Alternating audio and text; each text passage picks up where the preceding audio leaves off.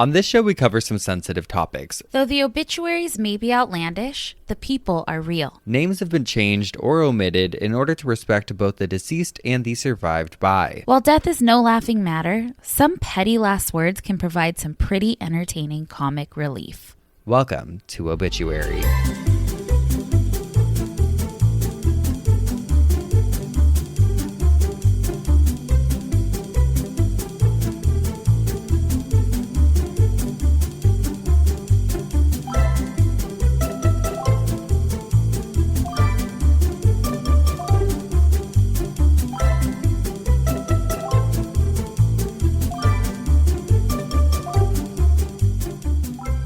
Welcome back to Obituary. I'm Spencer Henry. And I'm Madison Reyes. And Madison, I'm going to start us off with a quote this week.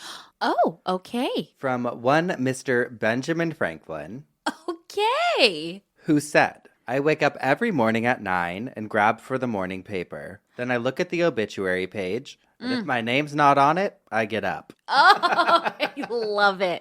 I love it. Just a good one. A good classic quote. I came across it when I was looking for an obituary. Surprise, surprise. Surprise, surprise. And I was like, I love that so much. I've heard ones too that's like, I don't hate anybody or wish anybody any harm, but I love to read an obituary. That was Clarence Darrow. And it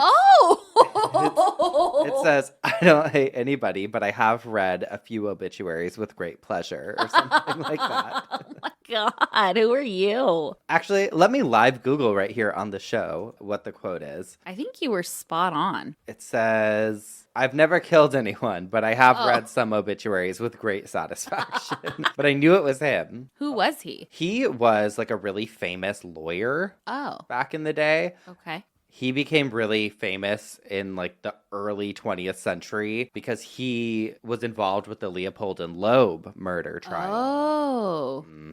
Okay. One of the oldest. And I'll never forget. It's cool when I record a cult leader when I'm somewhere because I recorded the Leopold and Loeb episode while I was in Chicago. And so I can always picture exactly where I was when I was doing it, like all of that. Well, we're going to Chicago soon, but before that, we're leaving. Well, actually, probably when this comes out, we'll be getting ready to go to Chicago. So get your tickets. Come see us live in person, baby. Yes, and if it comes out then, we would have already done Texas and San Francisco and Washington and Seattle and we got a lot coming Oregon. up. Oh my God, we got so much coming up, but it's all so good. We were both talking like, man, I want to get back on the road. I know. Come on. That's like the fun part because we do all the work ahead of time before we leave. And then it's like, all right. Now we can have a little fun. Okay, so I was at Ralph's the other day. You know, the one just over there? I already told you about this. I think I called you after. But there is the sweetest Geoff who works there. I love her. She was so nice. She was like, how's the tour going? She's like, I was just listening to you guys. I just had you in my ear. Oh my God. So nice. So shout out to you if you're listening. I gotta go in there. I was laughing though because Ralph's is where I do like my fun grocery shopping. See, I do my fun grocery shopping at Trader Joe's. Okay. And then my staples at like a Ralph's, or I go to Northgate a lot. Ralph's is where I go to get like Diet Coke and snacks and things like that because otherwise I go to Whole Foods.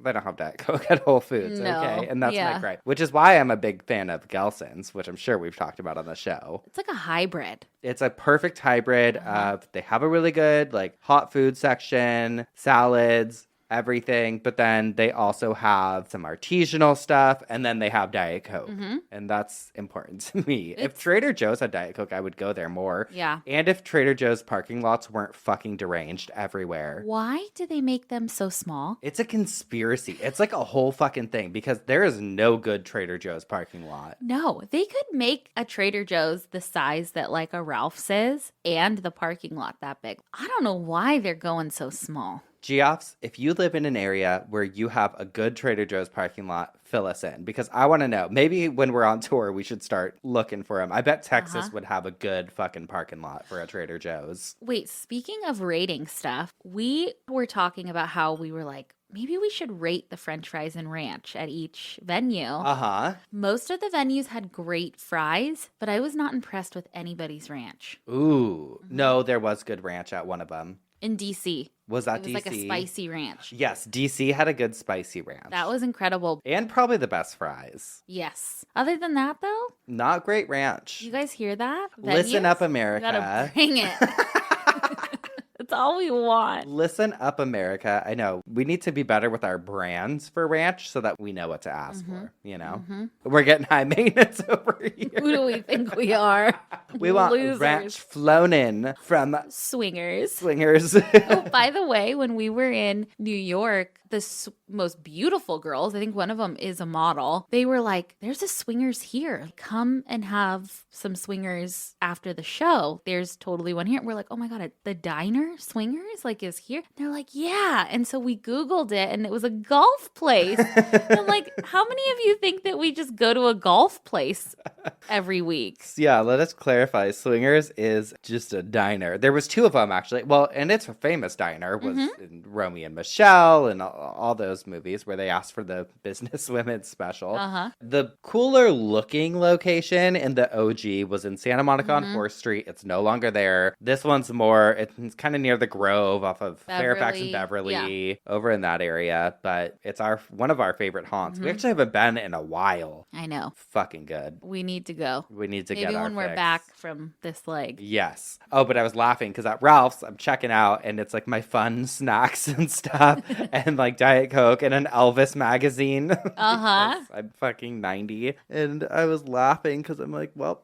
Oh, by the way, I saw the Elvis magazine and it's an Elvis trivia magazine. Yes, I want to test myself. Okay, yeah, I saw it on your kitchen table. I was laughing because I'll eat dinner a lot at my kitchen table just by myself. Yeah. I was sitting there the other night and I had like a Lifetime movie playing on my laptop on the table because I watch Lifetime when I'm cooking a lot. And then I had like my food and the Elvis magazine sitting there and I was looking and I was like, this is the most bizarre bachelor life that I live. The fat mullet. Yeah, but I also fucking love it, you know? You know what? Those are moments of like peace. Yeah, I'm like, I don't have to fucking answer to anyone. No. It's just me and my fucking girl hot dog. You're out of the phase of your life where you're trying to impress anybody. Oh, we don't care.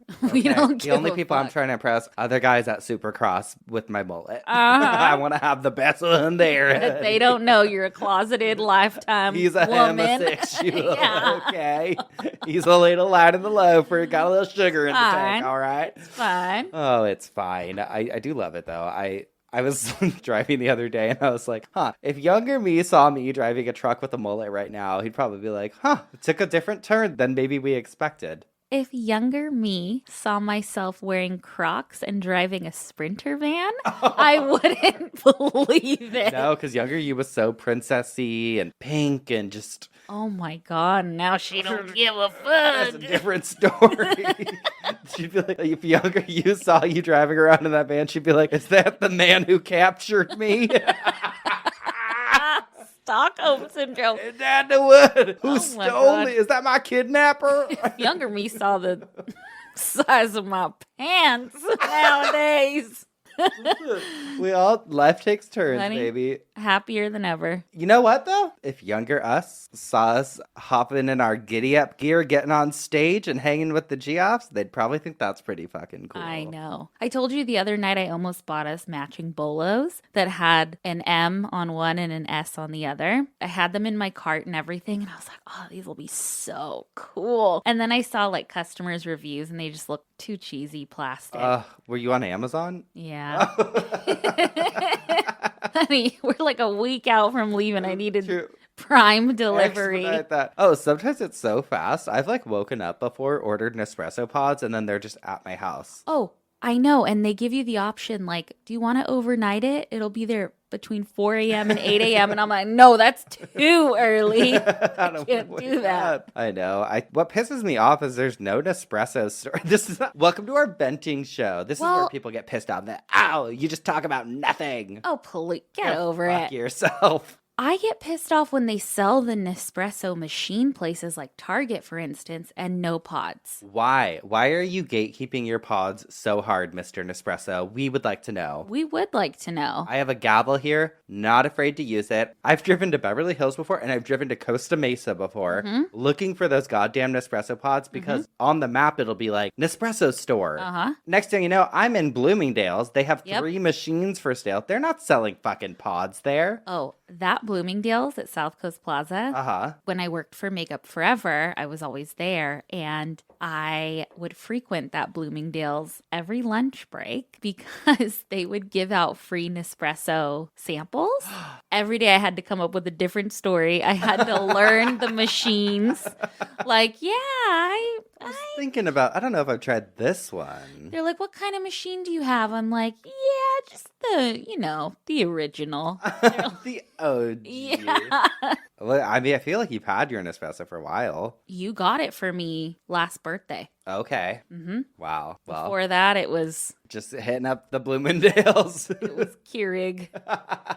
That was like handed down from my sister. I mean, sorry to offend anyone, but Keurigs just don't make the greatest coffee. No, but they have way more options that I do wish Nespresso had. I wish Nespresso would do like a cider They do tons of seasonal. Have you ever been to the Nespresso's actual website? No, honey. Okay. Just as fast, honestly, to order from there sometimes. They have so many things on there. Are you kidding me? So many flavors. They do seasonal specials. So all of a sudden, I'm their biggest fan. I'm like talking shit. But like, no, they have all kinds of things. What? I drink Nespresso every single morning of my life. So do I. That shit hypes me up. Hold on. Are you guys team Nespresso or team Keurig? It's really telling. Do they do like a hot chocolate? I don't know. That actually seems like a little lowbrow. A little lowbrow for Nespresso, okay? No, I mean, they have all types. All right, well. Okay, hold on. How about we continue on with this show, okay? Okay. All right, let's... Welcome to Obituary. Here's the real start. Speaking of Nespresso, I'm hyped up on Nespresso right now. You know what I'm having, Geoffs, which is a little fun and a little different for me. Huh. Well, you know, you're here. Yeah. Hey, I'm right over here, just on the other side of the desk. I made a version michelada. Oh, you know I'm so petty. I looked at your mix. I'm like, I wonder if there's clam juice in this. There's not. I know. Yeah, I use like a vegan. It's so fucking annoying. I'm like, this is my vegan. Yes, I go to Gelson's and Whole Foods, and this is my vegan. That's a homophobic impression. No, that's just an impression. Bitch, I'm gonna fucking impress your face into You're this the one desk. who told me, first of all, that I talk with my hands going willy-nilly. You do. You Stop always it. talk No, like I your don't. hands, like a crab. No. You do this. So anyways, what had me spinning in my coffin this week? I have 2 puppets. Yeah. That's why I got them. It's like we need to cover those hands. Oh my God. Well, speaking of crabs, tell us about your drink. No. Well, clams, seafood. No. You see where I'm going? 0 proof Heineken. Mm-hmm.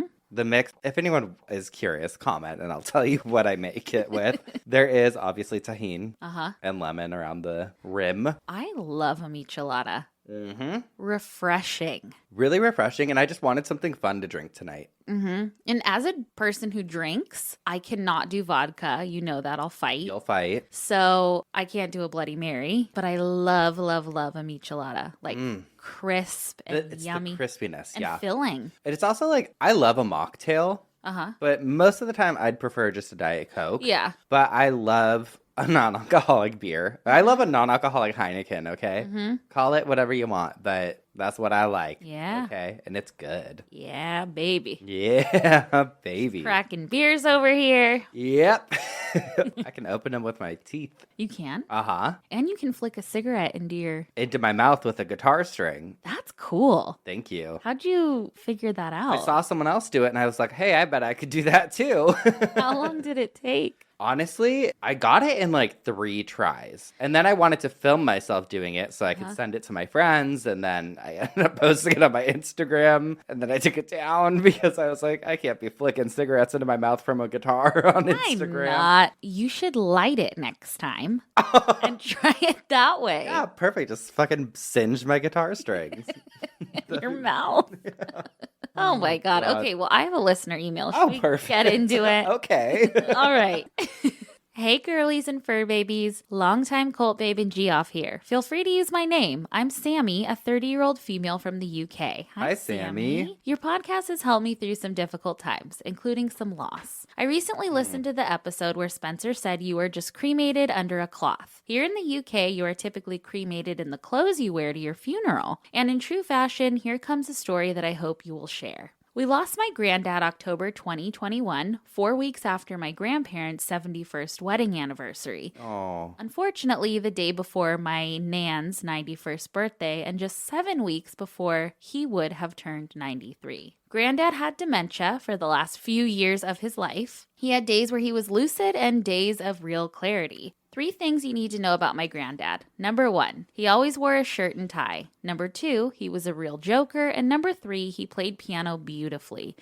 He never had a lesson and he could not read music, but he would hear a song on the radio and play it back to you perfectly. Oh, that's cool. That's talent. My nan had a suit tailor-made for Granddad for their 71st anniversary. It was blue and sewn into the lining. It said happy anniversary. Unfortunately, Granddad never wore it. We thought he had never even seen it. Nan decided she wanted him to wear it, so she chose to have him cremated in it. When we went to get that suit from the wardrobe to take to the funeral director, a small piece of paper fell out of the pocket in my Granddad's handwriting with a list of his favorite songs. Oh. It's almost as if he knew. Whoa, that just gave me chills. Oh, God. Oh, my God. A lot of the funeral arrangements fell to my mom, being their eldest child with just 12 days to plan. My mom and I are close, so she came to me for assistance. We needed to find photos for the order of service. We had one of Granddad as a younger man playing the piano for the front, but he wanted a more recent one for the back. So she came over to my place and we were looking through photo albums. It occurred to me that I still had my last phone and hadn't moved the photos over, so I went and grabbed it and started scrolling. There, safely stored in my phone's memory, was a video of my granddad playing Oh Danny Boy on his piano, which is such a funeral song. Yes. So many people play that. Yes. I played it to my mom, and she told me that Granddad played this on the organ at his mother's funeral, and on the piece of paper that fell from his suit in his own handwriting was listed, Oh Danny Boy.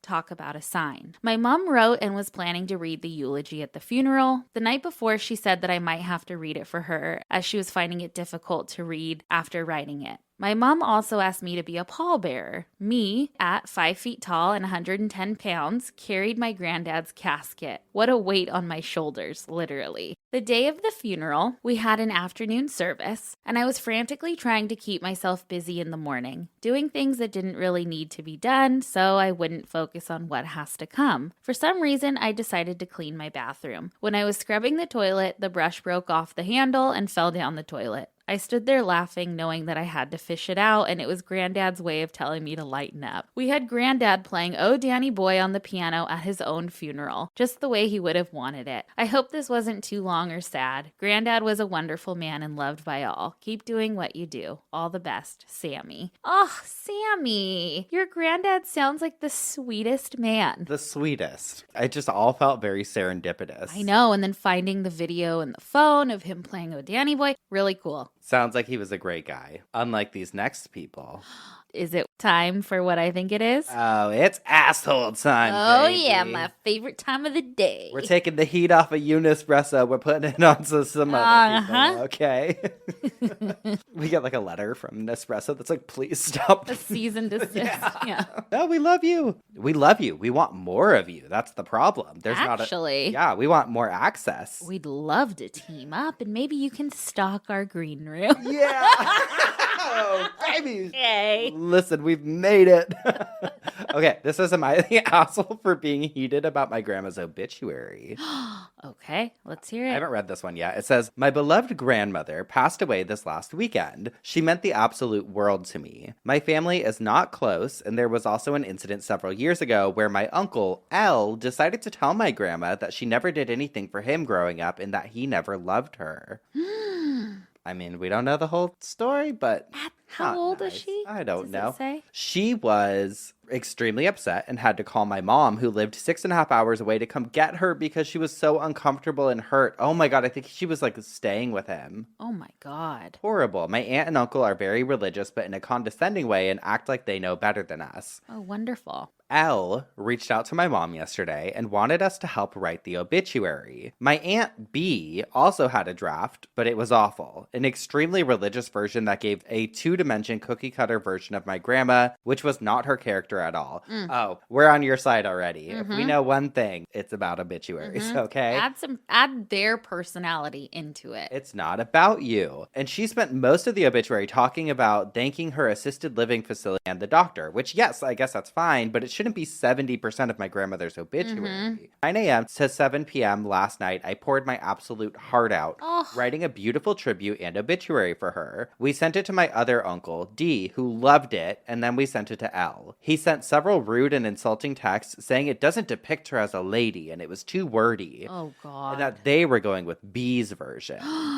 He was upset that I included her significant other, Lloyd, with whom my grandmother lived with and were together for over 25 years. He had asked her to marry him countless times, but they never went through with it, and she always regretted it. She was with my grandpa for 48 years until he passed in 1996, but my uncle refuses to acknowledge Lloyd and only added him in at the end of the obituary as a special friend, which is a slap in the face and disrespectful. My mom was livid, and I was seeing red. My mom was left in charge of everything for my grandmother, so she should get final say. However, she is wanting to keep the peace and is essentially giving in and letting her sister-in-law's version win, even though she is my grandma's only daughter and was closer with us. Another example, we're doing pictures for the slideshow. We have hundreds, if not thousands of pictures to choose from. They have 7. When my mom told me we were going with the other version, I lost it. Both my parents and I were screaming at each other because I didn't agree with that at all, and I don't think they should have the final say. I am at the point where I want to say screw them, submit our version anyways, but my mom is refusing to let me do that, saying my grandma wouldn't want us fighting like this about her. I'm also not allowed to talk to L because she knows I'll pop off on him. I know all of us are in pain, but this is adding a whole different level to it. Am I the asshole for being this heated? No. You're passionate because you care. Yeah, that's what it's all rooted in. People are so weird. So weird. Also, if you stand true and solid in your convictions, they'll all fucking get in line one day. So just submit it. Just cause a little drama. Stir the pot. Okay. I mean, why not? No, I mean, I think it's a really frustrating situation. But yeah, I also do think there's nothing wrong if you want to put out multiple obituaries. I love someone's love for their grandma that is that strong. I would want someone writing for me like that. Well, listen to this next one. Oh, no. Would I be the asshole for forcing my family to tell my grandma that her sister passed away last week, or else I'll do it myself? Oh, no. We got a lot of grandma crusaders today. Okay. This says, so for some context, my grandmother is 98, and her younger sister, 95, just passed away last week and was the last person from my grandma's generation that was still alive. My grandma's husband, brother, and all her friends have passed away already throughout the last 10 years. My grandma's sister lived across the country, and my grandma can't even do a 1-hour car ride, let alone any flights, so there was no way she would have been able to make it to the funeral. She also has already been having a lot of trouble getting to sleep lately. So my grandma's children, my mom, aunt, and uncle, have not wanted to tell her because they think she won't be able to sleep after finding out, and that her health will decline as a result. I talked to my aunt about it, and how I felt it was wrong they haven't told my grandma yet, and she basically said it will kill her if she finds out, and I get where she's coming from, but it feels wrong. My grandma and her sister would talk on the phone once or twice a week, so I don't know how they can realistically keep this going for too long. Also, for what it's worth, my grandma and her sister have been through a lot together. They were in concentration camps together. Oh, I just got chills. After getting split up from the rest of their family, and there were many times when my grandma's sister wanted to give up, but my grandma forced her to keep on going. Just bringing this up to provide some more context on the type of bond they had. It's gotten to the point where I want to tell my family that if they don't tell her, I'll just do it myself. I do understand their concerns, but not telling her about it just seems wrong. So would I be the asshole for giving my family that ultimatum? That is so hard. So hard. I understand where the family's coming from. Like, she will be devastated, but 90% of me is like, you have to tell her. You have to give her that dignity. You have to allow her to grieve. Well, this is kind of morbid, but I'm also like, if this is what sends her over the edge. Why was I thinking that? I'm like, she's 98. She's lived a good life. What if this is what's supposed to? Well, and maybe she hasn't been able to sleep recently because she has that bond that's so strong with her sister, and she knows. Yes. Something. Tell her. Madison's just going for it today. I'm like, I don't know. If it were a different circumstance, I guess other than this. Yeah, it also depends mentally. Like, will she be able to comprehend it? Or will she, I mean, we don't know what kind of state she's in. What it sounds like to me is she's a strong, older woman and has been through the most horrific stuff in her life. I think she would be able to handle it. I don't know, but I agree. I think you need to give her that. I say dignity, but like, don't hide stuff from her. She's older and wiser than all of you. How would you feel if she found out some other way? Or if she's like, my sister's not calling me anymore. Throw her into a panic. Yeah. Or break her heart. I mean, she's 98. 98. Lived a good life. Lived a good life. But I do think that maybe, I don't know how old this person is, but I do think she probably has to get the family on board and not just deliver it in a way that's like, I'm telling you this because no one else wants to tell you. But I don't think you're the asshole for giving the family the ultimatum. I wish I would have saved the post. Now I don't know how to go back and find it. But basically, I think she added like an edit, like, I wouldn't actually tell her, but I want my family to be faced with this ultimatum that they think that I might. Right. So, I don't know. Tough Cookies. Oh my gosh. Well, should we move on into... Nope. Never gonna get no. I got it. Okay, let's hear it. Really tough cookies. I am up first this week. Sure are. Does that mean you have a side bitch? Why, I do. And mine comes from the Times Herald, 1929. And it says, frozen toes bring death to local man. Oh no, not the frozen toes. Frank Whitford, 60, of 1634 Whippy Street, died today in Port Huron City Hospital as a result of infection from frozen toes, which necessitated amputation of his left leg. He is survived by his mother, Marion Whitford, and two brothers, Howard and George Whitford, all of Port Huron, and two sisters, Mrs. Barbara Phipps, Cleveland, Ohio, and Mrs. Edward Thompson. Funeral services will be held Sunday at 2 p.m. in the Arthur Smith Funeral Home. Burial will be in Lakeside Cemetery. Wow. Beautiful. I was just like, toes. The headline. Like, nobody did it. Like, the death notices. Just, frozen toes bring death to local man. I love it. You know what I realized when you were reading that? They don't say survived by like Miss so-and-so or Mr. so-and-so anymore. They just do first. Like, it's so much less formal. They'll put people's names in parentheses now. Like, they'll be like Frank Elaine Smith. Right. Well, back in those days. Poor Frank has the middle name Elaine. No, women didn't even get their own name in these. It was always Mrs. Edward Thompson, Mrs. Frank Smith, blah, blah. But yeah, crazy. Rest in peace, Frank Whitford. That sounds like a horrible way to go. Very horrible. And also a little Easter egg for what my coffin spinner's about today. Oh, okay. Well, should we take a little break and then get into them? Oh, I think we should. We'll be right back. And we're back. What had you spinning in your coffin this week? Spencer, have I got a coffin spinner for you? I thought about you the whole time I wrote this. Ooh. Let's take a trip back to the wild, wild west. I had to watch a crash course on the American frontier. I feel like so enthralled with the Victorian era. We've never really gone to the American frontier. We just are never going there, but now we are. Except for your episode on mining. You gave us a really great rundown on kind of that same era. But as far as like the Wild Wild West, I don't know too much about it, and I sure as hell didn't pay attention to it in school. So I went on over to theoldwest.com to figure it out. That's my porn website that I go to. I wrote here, fucking dumbass.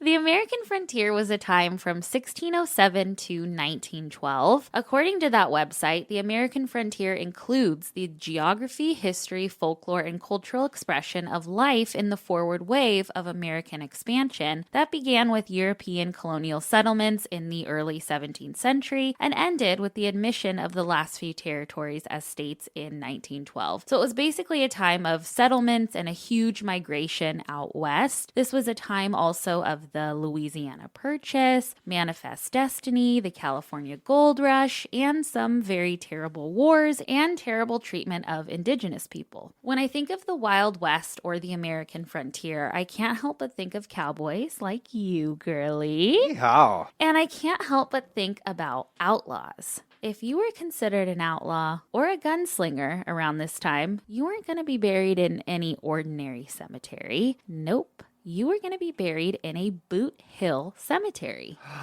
A Boot Hill cemetery. Boot Hill cemetery. A Boot Hill cemetery got its name because of the popular phrase at the time, he died with his boots on. Oh. Now, there are many origins and analogies of this phrase. There's a phrase that goes back to Shakespeare in Macbeth that was, quote, to die with harness on our back, which meant basically working hard until you croaked. And then there's a quote, dying in one's boots, which typically referred to someone dying by hanging or some sort of violence. And then there's being buried in your boots, which literally meant you were buried kind of as is, like you died and were buried wearing the exact same thing. And it meant that you probably weren't really cared for after death, like they just kind of buried you. Can I tell you I've been to a Boot Hill cemetery? You have? In Zion, Utah, Grafton. Really? I have pictures of the cemetery if I can find them. Find them so we can post them. Yes. Okay. I love it. Did you know the origin of it? No. Well, there was like a little cabin thing near it that had like placards and stuff, but this was a couple years ago. But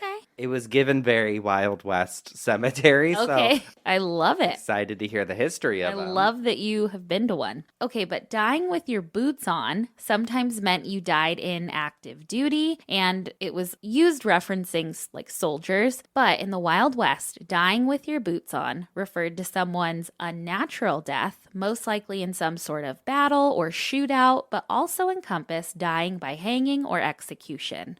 It seems that a lot of the time in a Boot Hill cemetery, you were probably unknown. So there are a lot of unmarked shallow graves when you visit a boot cemetery. If you did have a headstone, maybe you had like a pile of rocks or a slab of wood. Many places that have a Boot Hill cemetery were places that people showed up to, whether just to pass through or to live. When someone died, they needed a quick place to basically get rid of the bodies, and without proper identification, you were probably going to a Boot Hill as well. So what better name to give a cemetery designated to these people than Boot Hill? Boot Hill Cemetery. Now, there are many Boot Hills around today. Like Spencer, you said you went to one in Zion. They are obviously not operating cemeteries anymore, but you can find them throughout the U.S., and some of them you can visit and are open to the public, all with the same name, Boot Hill. The first Boot Hill Cemetery was in Hays City, Kansas, and it was founded in 1867, and there are about 79 graves there. I laughed at this part, I didn't mean to, but the first burial recorded there was that of a man who was kicked in the head by a mule while working and then suffered from those injuries and died.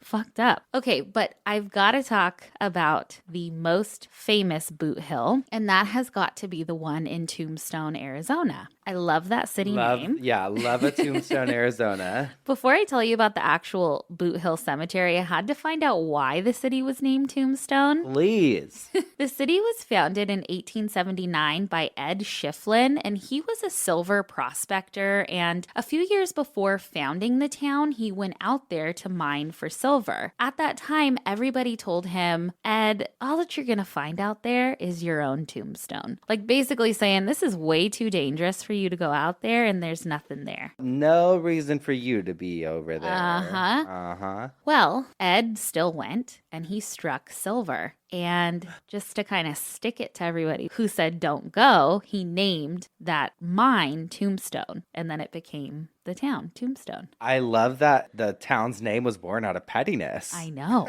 I know. Fuck off. Now, when I think of Tombstone, I think of the pizza. But this town... This town has an incredible history, especially when it comes to like cowboys and outlaws. But the Boot Hill Cemetery was opened from 1878 to 1884, and it filled up, obviously, really super quick. 6 years it took to fill it up. After that, they ended up opening the Tombstone Cemetery, which I believe is still operating today. NPR has a great article where they interviewed the manager of Boot Hill Tombstone, and he explained that nobody carried identification in those days, kind of like I was saying earlier. He said, quote, typically what would happen when someone died was the mortician would put them on a cooling board in front of their office, and people customarily would walk by for 2 days to see if they could identify the body. Oh, whoa. Isn't that weird? Oh, we'd be like walking every day. We'd be like, well, we don't know. We don't know. We could know. Yeah, let me see them. Let me see them naked. They're like, what? I gotta go. Huh? Okay, so basically, if you weren't identified, you were most likely going to the Boot Hill in an unmarked grave. The graves that do have markers say the name of the person, sometimes a year, and also how they were killed. The most famous burial there is of Billy Clanton and brothers Tom and Frank McClary. Listen to this story. They were outlaws known as the Cochise Cowboys. The Coochie Cowboys. Coochie Cowboys. They would mostly steal livestock, and they had major conflict with the Earp brothers, Wyatt Earp, Morgan, and Virgil, and Doc Holliday, whose obituary I read a long time ago. A while ago, yeah. Now, there are a ton of different stories about the notorious event that took the lives of Bill, Tom, and Frank. It's been featured in a ton of movies, books, and TV shows, but there's so many different stories because there were over 30 witnesses. Oh, shit. But I did my best to find out the most accurate. This is known as the shootout at the OK Corral. And I've heard that so many times, but I never knew what it was. No, we're getting the full story. Yes. So the OK Corral, the O and the K meant Old Kindersley. The OK Corral was a stable, basically. It was located on Fremont Street in Tombstone, and the fight didn't even happen at the OK Corral, but instead in like a vacant lot close to it. But I don't know, they called it the OK Corral. So apparently Billy, Tom, Frank, and then Billy's brother, Ike, strolled through town on October 26, 1881. And remember, they had previously had major conflicts with the Earp brothers and Doc Holliday. In some depictions, they're dressed like outlaws, like in long coats and in all black, and they're armed with their guns. I think more realistically, they probably just strolled through town. Wearing bathing suits. Yeah. Why not? They were in drag, actually. More realistically, they came out to read books to children. And the Earp brothers and Holiday were not not in this outlaw country. Not in this country for old man. I know. You know, it's funny because I read this story like probably 10 different ways. And you can tell when people think that the Earp brothers and Doc Holliday were like the villains or the bad guys and vice versa. Like the story kind of, But with 30 people. I know. Many citizens warned Wyatt Earp that they were in town, and I guess Wyatt and his men tried to disarm them, like of all their weapons. Then a shootout broke out, killing Billy, Tom, and Frank. Ike, who was Billy's brother, was unarmed and fucking took off running and got away. And Ike later sued the Earp brothers and Doc Holliday, but he lost, and then he was killed in 1887. But the whole thing, this iconic shootout, lasted only 30 seconds. Billy, Tom, and Frank were actually all mourned by the city, and their bodies were put into really beautiful caskets lined with silver trim, and they were all displayed in a window at like a local hardware store. I'll show you the picture. God. Over 2,000 people showed up to their memorial to pay respect. Their funeral procession consisted of over 20 carriages, lots of men on horseback, and a brass band. There was also a few hundred people on foot for their procession. They were all buried at Boot Hill, and their tombstones said their name, the date, and how they were killed. Wow. Does it say like shootout with blah, blah, blah, or killed by bullet? Or Yeah. Okay. Here they are. Wow. Beautiful caskets. Are there any pictures of them alive? Uh-huh. Handsome. Show me the goods. Bill Clinton comes up because I put Billy Clinton. Billy Clinton. Here were the brothers. Handsome. Uh-huh. Well, one more handsome than the other. Okay. God, if Bill Clinton doesn't get out of my search. Yeah. And so there are other Boot Hills all over. Uh-huh. I mean, California. Leave it in. Leave it in. We live in California. Montana, Arizona, South Dakota, Wyoming. A ton. In California, we have one in Calico. And Calico was a mining town. Oh, I've been there too. Okay. I've been everywhere, man. I've been everywhere. They were a mining town until 1900, and they have a boot hill. And when it was abandoned because of some silver mining pushback drama, it was literally a ghost town until 1950 when Walter Knott, who was the owner of Knott's Berry Farm, bought it. He, I think, donated it or gifted it to the city of San Bernardino Park System. So now it's like a fake/real ghost town, and it takes you back to the late 1800s. Well, there was a very special employee there named Tumbleweed Harris, and he passed away. I found this article about him, and I've just got to read it. It says, Boot Hill grave was last wish. Tumbleweed rests at Calico. They came not to bury a character, but to praise him. Death Valley Helen was there, and Uncle Don Hughes. There was Doc Kiefer and Madame LaBelle and Dora Brown from Yerno and the Calico Three from Palm Springs. About 200 other people came to Boot Hill Saturday to see Tumbleweed Harris off to the gold mine in the sky. There were some curiosity seekers in the crowd and a few newspaper people, but most of those who attended the brief and simple service were those who had known Calico's ghost town's greeter and marshal. So basically, he worked at Calico at the ghost town. This was in 1979. And so the Boot Hill Cemetery was obviously not up and operating. But he worked there for so long and he loved it so much and was known by everybody that his last wish was to actually be buried at the Boot Hill Cemetery there. And so they honored it. Wow. I know. I think that's cool. Calico's, have you been there? No. It's not that far. I went there with our friend Sabia one time. Oh, fuck. I haven't texted her back in 2 days. She asked how the Peloton is. Great. Sabia, if you're listening. I went there with her a couple years ago. And then because it was only like an hour to Palm Springs from there, I was like, should we go to Las Casuelas and get nachos? And so then we went. Oh my God. But I would actually go back there if you'd be down ever for like a little day trip. It's cool. I'd love to. And I just want to leave you with this really quick. It said, Calico was not the only place where Tumbleweed portrayed the spirit of the Western miner. He also played the part in past years at Stovepipe Wells in Death Valley, where he got to know Duffy, another famous old character. We'd get together and walk around and talk and smoke our pipes sometimes. He was a good buddy, common as an old shoe, but you couldn't ask for a better buddy.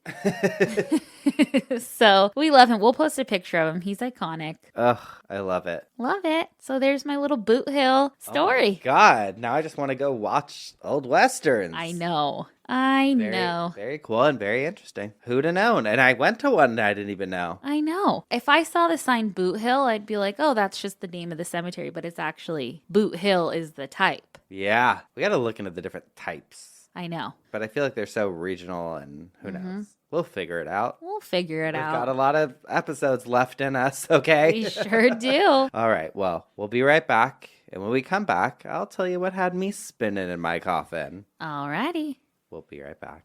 And we're back. Spencer, what had you spinning? Oh, no. I was actually shivering in my coffin this week. Oh, okay. What happened? Madison, an OBITCH on strike. You talked about self-immolation. Okay, yes. Remember? Uh-huh. I talked about hunger strikes, and I think what's fascinating about both of those topics is just learning what is actually happening to your body during that process. And we've talked about cryogenics a lot on the show, but this week I'm talking about a different kind of freezing. Okay. We're talking about hypothermia and what happens to your body when you freeze to death. Oh my God, okay. It's so wild to me. It's one of those things, actually, I feel like it's an age-old would you rather question of like, would you rather burn to death or would you rather freeze to death? I know. People, at least in my world, I feel like I've been asked that before a few times. Yeah. And spoiler alert, they're both terrible options.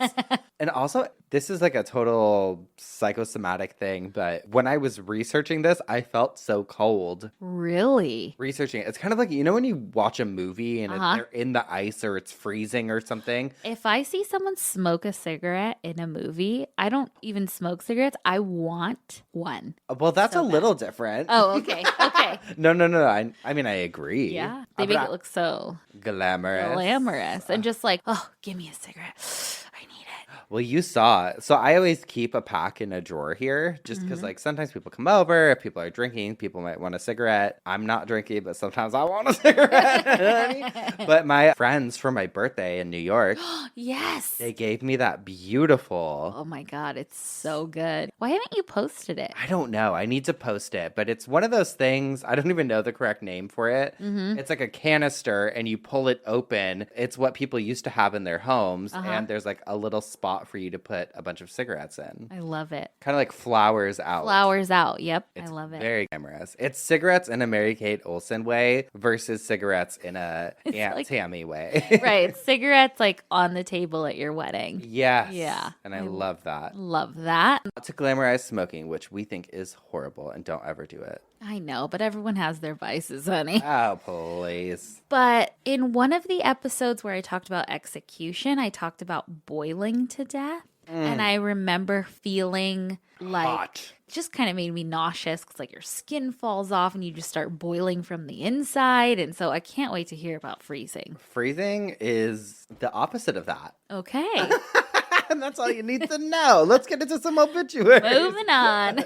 No, okay. So from the Mayo Clinic, we'll get a real definition here. Hypothermia is a medical emergency that occurs when your body loses heat faster than it can produce heat. Which that alone is so simple, but I'm like, never thought of it that way. It causes a dangerously low body temperature. Normal body temperature is around 98.6 degrees Fahrenheit. Hypothermia occurs as your body temperature falls below 95. You know what? And sorry, I feel like we're struggling to get through this episode today. Not struggling. Not struggling, but we keep going off on so many tangents. Oh, well. Oh, please. Last summer, we took the dogs to Palm Springs, and remember, I was a nightmare because I was so nervous. Like, I was just having really bad anxiety around that time, and I was so nervous about heat stroke with the dogs. And it really is just a couple degrees that can do it. And I guess same with this, like a degree underneath, and it doesn't seem that crazy. 3 degrees, literally, 95. Wow. No, but it's true. It's wild to think about that. But you also, you were also going to Palm Springs when it was like 120 degrees, and I stayed in the room the whole time. Yeah. I did. I know. You called me the whole fucking time. And that was the hat.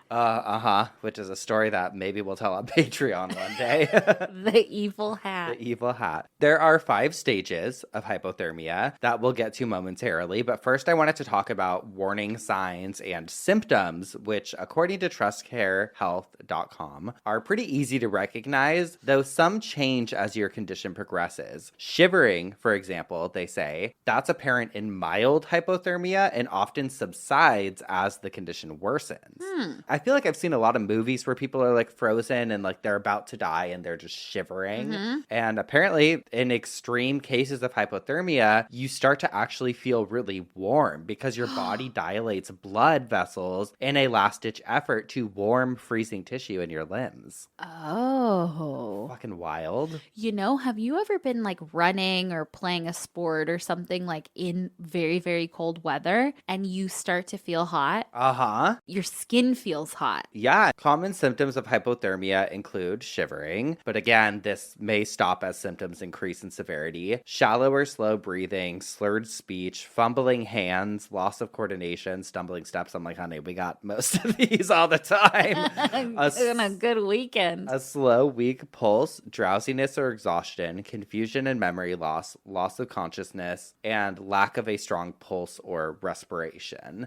So they're all very easy to spot symptoms, but also I would assume that if somebody was dying from hypothermia, that you probably know that the cause is hypothermia. Yeah. Because otherwise the symptoms just sound kind of like the symptoms of everything. One of the more interesting points I came across comes from a Live Science article that said death from the cold can happen even if the body isn't frozen. People can experience hypothermia in relatively cool but not freezing air temperatures around 30 to 50 degrees Fahrenheit. What? Particularly if they're wet, such as from rain, sweat, or submersion in cold water, according to the National Weather Service. The body loses heat about 25 times faster in water than in air. Oh. It's again, going back, it's very weird to think we were just in 30, I mean, we're in 50-degree weather all the time. And like, I mean, again, that could probably just send you into the first like stage of hypothermia. Yeah.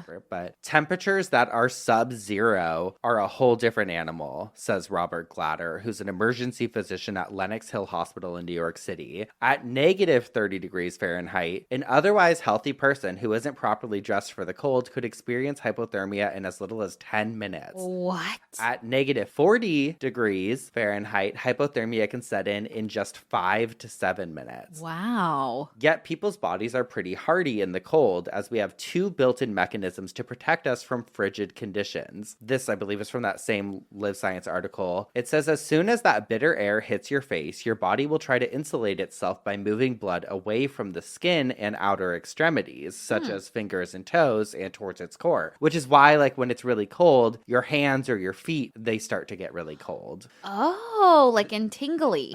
This process is called vasoconstriction, and it helps limit the amount of heat you lose to the environment. The second response from your body is shivering, which produces heat and helps raise body temperature. Oh. Although extreme conditions are often needed to induce hypothermia in a healthy person, frostbite is more common in less severe weather. It takes a lot to drop the core body temperature down, but it doesn't take as much to drive the peripheral temperatures down. Your fingers and toes are more prone to frostbite because those areas have reduced blood flow in cold temperatures, and as your body tries to keep its core warm, like our fucking guy in my side bitch today. Wow. Even though your feet are usually protected by shoes, toe temperatures can get very low, and if you sweat, the wetness will draw even more heat out of the area. Since frostbite is brought on by freezing, you can't get frostbite if the air temperature is above 32 degrees. How long it takes you to develop frostbite will depend on the conditions. For example, if it's 0 degrees Fahrenheit with a wind chill of minus 19 degrees Fahrenheit, you could be frostbitten in 30 minutes. But if it's minus 15 degrees Fahrenheit with a wind chill of minus 55, you could get frostbite in as few as 5 minutes, according to the National Weather Service. Oh my God. Despite these risks, humans can go out in very extremely cold environments and do very well, Castellani said. People climb mountains, trek the Arctic, and swim in the English Channel, which all have very low water temperatures. Still, you need to be properly dressed to weather the cold conditions. The CDC recommends that people wear a hat, scarf, and face mask to cover the face and mouth, water-resistant coats, mittens, gloves, and water-resistant boots. boots, which is something I learned the hard way. I remember one time I went up to Big Bear or Lake Arrowhead, and it was during the winter. It was the week between Christmas and New Year's. Still one of my favorites. But I wore steel toe boots, not thinking. And the steel was so cold that my toes were freezing. I'm lucky I didn't get frostbite. I know. But let's get to the 5 stages of hypothermia to get a better understanding of what symptoms happen during which stages. The first stage is mild hypothermia, which is when you're in the 95 to 89.6 degree range, which you should be having normal or nearly normal consciousness, but you will start shivering. When your body temperature gets to that. Yeah. Okay. Moderate hypothermia,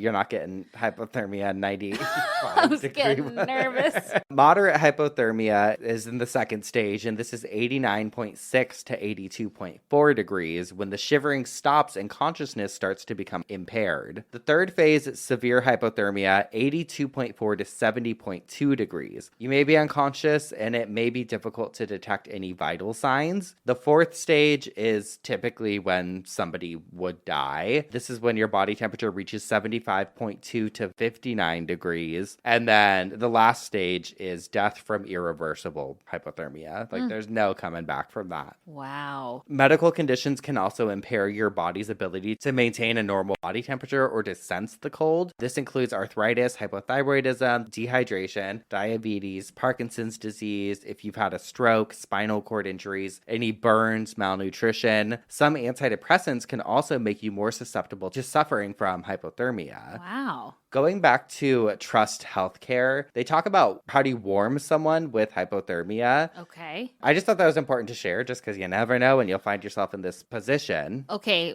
before you go any further, because I don't know, but on the opposite end of the spectrum with heat stroke, you're not supposed to just submerge or ice.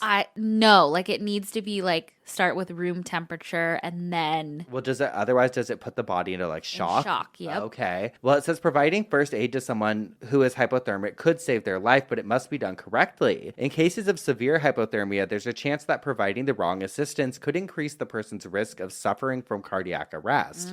The first thing to do, always call 911. If you are attempting to provide first aid to someone suffering from hypothermia, rewarming them should be the goal, but just like you were saying, it must be done carefully. First, remove all of their wet clothes. They should be wrapped in warm blankets, and heat should actually be applied to help the person to get back closer to normal body temperatures by putting hot water bottles or heating pads around the individual's chest, armpits, and groin.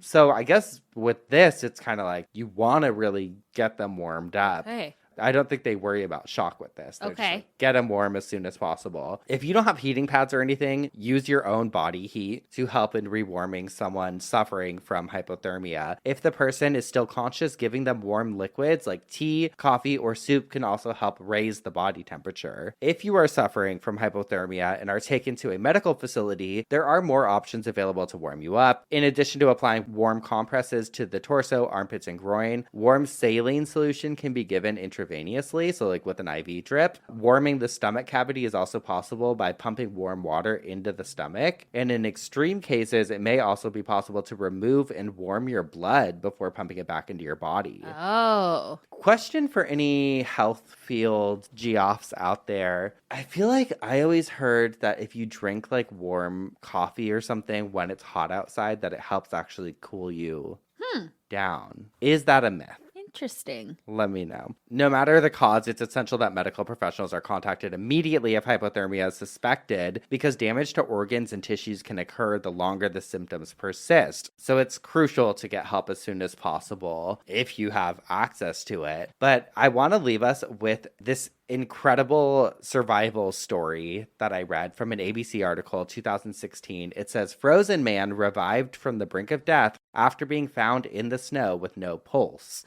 Quote, a Pennsylvania man's tale of survival is drawing attention to the dangers of cold weather exposure after a walk home in sub-zero temperatures left him unconscious with no pulse when he was found in the snow the following day. Is this recent? 2016. Oh, 2016. Okay. Justin Smith, 26, was walking home in below freezing temperatures after having a few beers with friends last winter when he blacked out. According to the Lehigh Valley Health Network, the college student was in the snow for hours as temperatures plunged to 4 degrees Fahrenheit below zero. He wasn't found until the next morning when his father, Don Smith, saw his son lying by the road. Oh my God. I just have full body, like, fuck. He was blue. He was lifeless. I checked for a pulse. I checked for a heartbeat. There was nothing. I can't imagine. Traumatic. Nearly a year after the ordeal, Justin Smith was finally healthy enough to thank his doctors in person at a news conference on Monday. His doctors said Smith's incredible tale of survival may affect how they treat other hypothermic patients in the future. Oh. When his dad, Don Smith, called paramedics after finding his son unconscious in the snow, they did not give up on the student. They started CPR with chest compressions. Dr. Gerald Coleman, an emergency medicine physician at Lehigh Valley Hospital in Hazleton, Pennsylvania, had Smith rushed to the hospital for care. "You're not dead until you're warm and dead," Coleman said on the Lehigh Valley Health Network website, referring to a phenomenon in which people who are kept at cold temperatures can be revived despite a lack of vital signs. Oh. When Smith was brought into the emergency room, Coleman couldn't even get an accurate body temperature reading because he was too cold. But the doctor did not give up. He transferred Smith via helicopter to a hospital where he could be hooked up to a machine called an ECMO, which stands for extracorporeal membrane oxygenation, which warms the blood and oxygenates it, then pumps it back into the body. Dr. James Wu, a cardiothoracic surgeon at Lee Valley Hospital in Cedar Crest, said it was still a long shot that Smith could survive, but after the machine was turned on, within 90 minutes his heart was beating on his own. Wow. With very low temperatures, it can preserve the brain and other organ functions, Wu said at a news conference. In spite of his nearly miraculous survival, Smith didn't wake up immediately.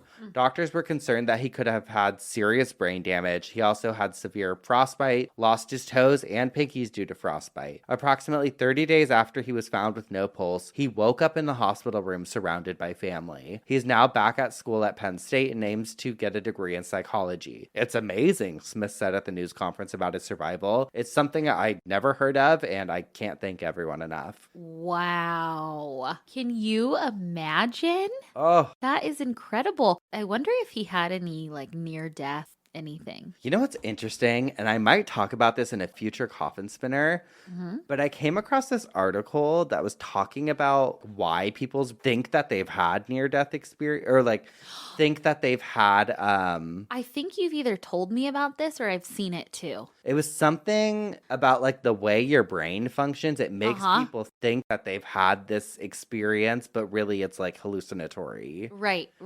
And I kind of want to talk about it, but I also feel like it debunks the craziness. Why not? I mean, yeah, I'll probably save it for a coffin spinner, but science is always changing and it's ever evolving. So that's just what we know now. Same with death. And same with hot girl energy. Okay. Wow, I loved that. I kept thinking of the Titanic people. I know. We should do an episode on the Titanic. Oh, as a whole, I would fucking love to, because I feel like it encompasses a lot of what we've talked about. A lot. And I know we've talked about little portions of it, but what if it's a conspiracy? No, Madison, Jesus Christ. Okay. Anyways, if you guys want that, let us know. No, I don't think it's a conspiracy, but it is. I never. Well, there is that whole weird conspiracy that the boat is identical. It's different than the actual boat that. Yes, like an insurance money situation. I'll go down the rabbit hole with you. I'll do a fucking. Let's put our tinfoil hats on. Yeah, let's do it. I'll talk about it. Okay, moving on to some obituaries, shall we? Yeah, so let's talk about Rooster. I'll talk about cock any day. Ooh.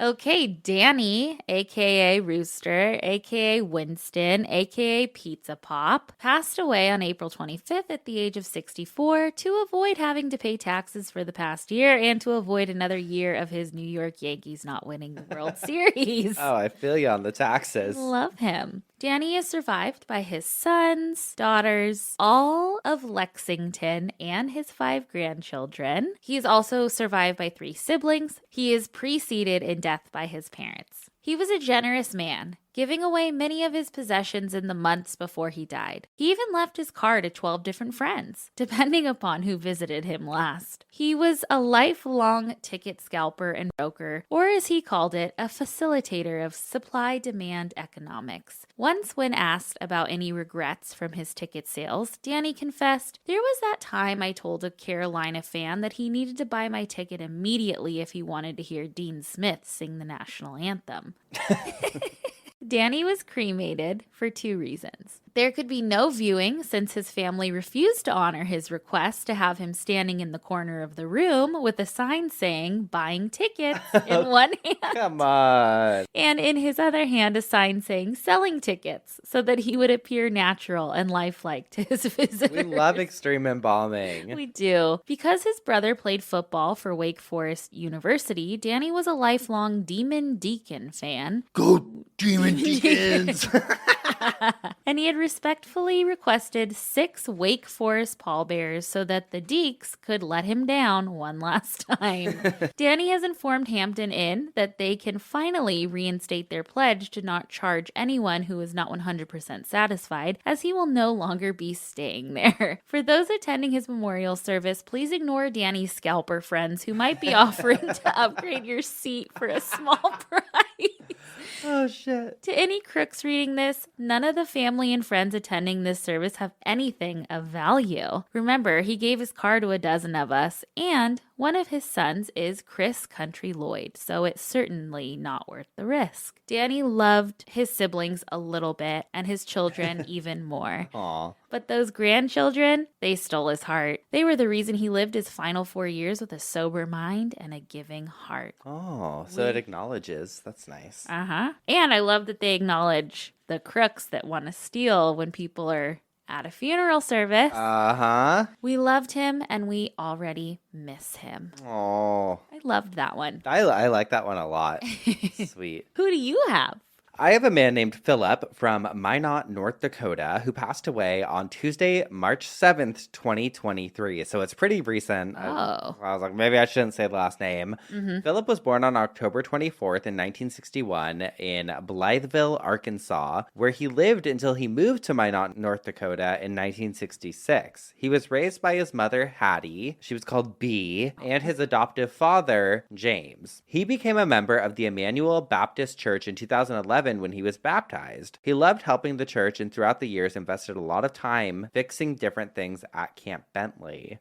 He enjoyed having fun with life and would do most things on Thursday at 9. Like us. Yeah, literally. He loved to garden, especially tomato plants, which he would look forward to most years. He enjoyed playing golf and cheering on his Dallas Cowboys. It would not be unusual for music, mostly punk rock like the Stranglers or Pink Floyd, to be playing at his home. On more than one occasion, the neighbors would ask him to turn down the music. He would oblige for 5 minutes or so and then return the music to his normal levels. If you hung around him too long, you might find a practical joke played on you, like the time he went hunting with his brother Don and put charcoal on the binoculars so that after Don used the binoculars all day, it looked like he had raccoon eyes. I love a prank. Love a prank. Philip was once, and only once, an avid kayaker. This led him to kayak in Minot during the 2011 flood when the river was strong and powerful. This avid kayaker soon found his kayak flipped over and him hanging onto a tree in need of some help. He refused to go to the hospital and returned home in a thermal blanket to avoid hypothermia. This ended his hobby of kayaking as soon as it began. He was an extremely hard worker and took great pride in the work he did. He worked at R&M painting and woodworking for over 20 years, becoming the shop foreman. He would look forward to summertime at his mom's house where he would spend time with his family. He especially loved his grandkids. Oh, A sweet one. sweet. It made me giggle. Initially I found it because it mentioned hypothermia in his obituary. And then I was like, oh wait, I love a little prankster. I do too. Love a little prankster girly. And listen. I love a prank like that. Uh-huh. All those like prank channels and stuff. I'm like, oh no. I don't need some that. Some are mean and some I'm like, you're fucking going to hell. You're going to hell. I love a whoopee cushion. Oh yeah. Give me a whoopee cushion. You know, a little something around the eyes. Uh-huh. Just something classic. I love a classic. You know what I used to love? What? So stupid. In school, like... What? In school, like the person sitting in front of you, you would like put a little piece of paper on their head and they wouldn't feel it. And so they would just be sitting there with like a piece of paper on their head. And it's happened to me too. Oh, God. That's your favorite prank? I love a simple one. Okay. One that I could get. Paper on the head will send this girl over she has tears in her eyes.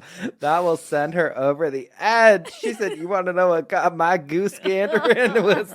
Oh, God. One time we were at the aquarium and... The one in Long Beach?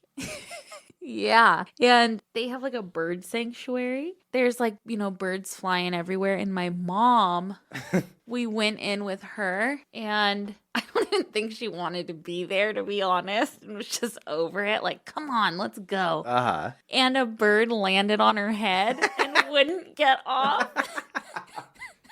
Was she loving it? No. Or was she pissed? She's like a Snow White. Like, animals just visit. She has a peacock that visits her every day. She has a squirrel that she feeds. Like, she loves animals, but she was not having it that day. It just landed on her head. Oh, shit. Oh, my God. Well, We've spun in our coffins. We've bitched our obituaries. And this is no prank. It's time for some dumb ass criminals. All right. Oh. It's my turn. Go ahead. I can't find the original. I can't find it. Bye. Bye. I can't find the original source for this, but it's from a newspaper in 1948. Don't come for me. I'm sorry. Okay. The way it's written is very, like a death notice. Like, just why did you write it like that? Farm romance leads to slaying. Oh, wait, hold on. One last sidebar. I started watching Farmer Wants a Wife. Oh, how is it? Good. It is? I like it. We should watch an episode. Yes. Okay. Sorry. Repeat. Take it from the top. Okay. Farm romance leads to slaying. Youth slay. We're losing it. I know. Youth and housewife arrested for murder. This is from January 6th. Oh, youth and's the place. No, youth and. Oh, youth and. Yeah. Okay. Is that in California? Youth in. An 18-year-old farmhand and a plump housewife were held without bail today, charged with fatally shooting the woman's husband in order to carry on their romance. Police said tall, curly-haired Leo Corby and his employer's wife, Mrs. Bertha Lippert. Hot name. I know. Why'd they have to say plump housewife, by the way? Because they were shady as fuck. Admitted the shotgun slaying of her husband, Maurice, 46. The youth pleaded guilty and Mrs. Lippert not guilty at a hearing. Lippert's death at first was ruled accidental after his wife and Corby told police that he just stumbled while carrying a shotgun and the weapon discharged accidentally. It happens. After 2 hours of questioning, police said, the youth broke down and confessed. Oh, shit. 2 hours? 2 hours. All right, I did it. She made me. And they were arrested and charged with murder. What happened to them? Oh, honey, we don't know. Oh, I'm going to look into that. Oh, and she was a mother of 2. People loved to do that back in the day. Women especially loved to kill their husbands. Oh, I know. All right, who do you got for me? I have one that was sent in by a Geoff. Mm-hmm. It says, hello, bitches. I love listening to you two. I have listened to every episode in about 2.5 months. That's a lot of us. Wow. I sent this dumbass to you via Instagram, but the more I listened, the more I realized I should have emailed it. Mm-hmm. Please don't say my name on air, but I don't care if the email is read. I'll try and make it generic. This is a local lady who is well known by many in our small town as Crazy Loretta. Oh, no.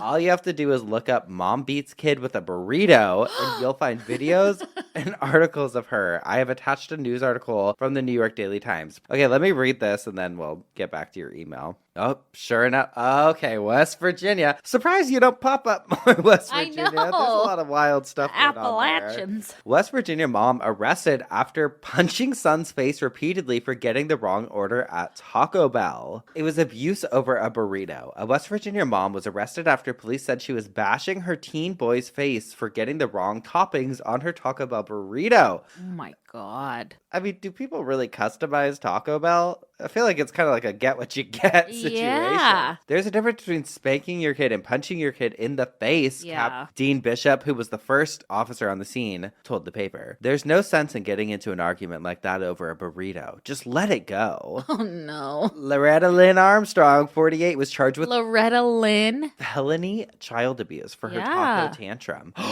This mugshot is going in the Hall of Fame. Milton officers had to pry her off of her battered boy as the mom continued resisting arrest even after the cops showed up. She was relentless. She screamed, cussed, and yelled and claimed she was having a heart attack. Oh no. Oh, fuck. It took 3 hours, fuck, before officers were able to simmer down the hothead burrito brawler, even after paramedics confirmed she wasn't having a heart attack. While cuffed in the police cruiser, she continued her foul-mouthed language at officers, threatening that she was going to get them fired and sued. Oh no, she's a Karen. Her oldest son, Jesse, stood up for his mother, telling reporters she's a peaceful church-going woman who wouldn't hurt a fly. Oh, she lost it. This would be a good episode of Seventh Heaven. She's currently being held on a $31,000 bond, and are you ready to take a look? Oh no. Well, you got the same hair. You fuck. Why do all these criminals have mullets? Damn it.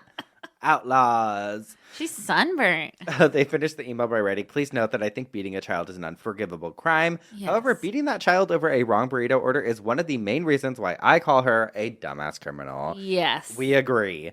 Even if this doesn't make it on air, hope you all agree with me that she is the asshole and gets her nickname honestly. Yes, where's our gavels? Thanks so much for all that you do. Oh, what's your name? Oh, you didn't want your name read. Okay. Mm-hmm. Well, I guess that's it. I guess that's it. This is a tour episode, so we don't have any access to P.O. Box stuff. But yes, what we've done is made things very, very easy for you. You can go to obituarypodcast.com, hit About Us. You can find our links for Cameo, Instagram, Twitter, Facebook. P.O. Box. We don't have a Facebook. Our Madison's Grinder. Yeah. Our Craigslist profile. And our rap sheets, our P.O. Box information. Everything's up there, yeah? P.O. Box 18149, Long Beach, California, 90807. And you can also get your tickets to come see us on tour on our website as well. Come on. It's a one-stop shop, baby. One-stop shop. Easy. That's it for this week. We got to get back out there on the... open road. We got to get out on the open road, partner. So we'll see you next week for some more Coffin Spinners. Obituaries. And dumb. Ass criminals. I want like a sound to play like... Ah.